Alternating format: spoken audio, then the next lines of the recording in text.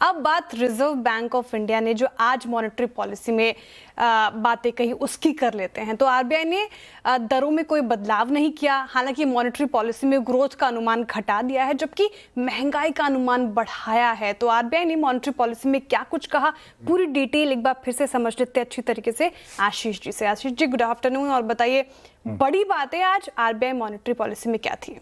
जो आपने कहा वही थी, उसी को एक्सपैंड कर देता हूं। एक्चुअली जैसी परिस्थितियां हैं उस लिहाज से जो कर सकता था आरबीआई, जो एक्सपेक्टेड था, हूबहू वैसे ही आरबीआई ने स्टेप्स उठाए। कोई पैनिक बटन पुश नहीं किया, प्रेस नहीं किया।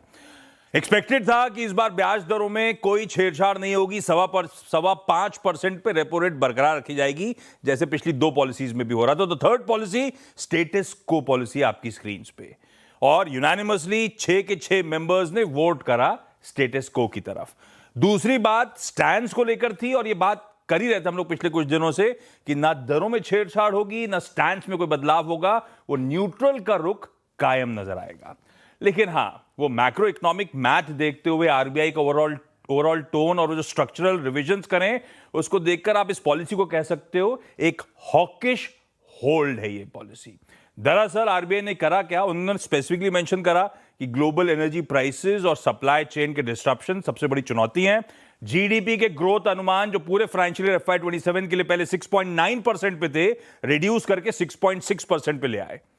और दूसरी तरफ इन्फ्लेशन के प्रोजेक्शंस बढ़ा दिए गए, वार्न करते हुए कि अपर टॉलरेंस बैंड की तरफ जाएगा, जो कि 5 से 6% का है। तो 4.6% से बढ़ के 5.1% का इन्फ्लेशन प्रोजेक्शन होता हुआ नजर आएगा।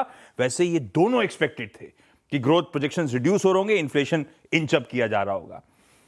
और इसमें एक अपसाइड रिस्क मेंशन करी गई है कि सप्लाई चेन के डिस्ट्रप्शंस के आइडिया नहीं कहां तक कितनी और दिक्कतें बढ़ेंगी, मॉनसून की अनिश्चितताएं होंगी, एल नीनो का इंपैक्ट फूड प्राइसेस पे होगा। ये सब इन एस्टिमेट्स के लिए अपसाइड रिस्क के तौर पे आप देखिए। दूसरा, जैसे अभी लक्ष्मण बहुत सारी डिटेलिंग मेंशन कर रहे थे, दरअसल वो स्लू ऑफ कैपिटल मेजर्स जो हैं फ्लो के, वो आरबीआई ने अनाउंस करे।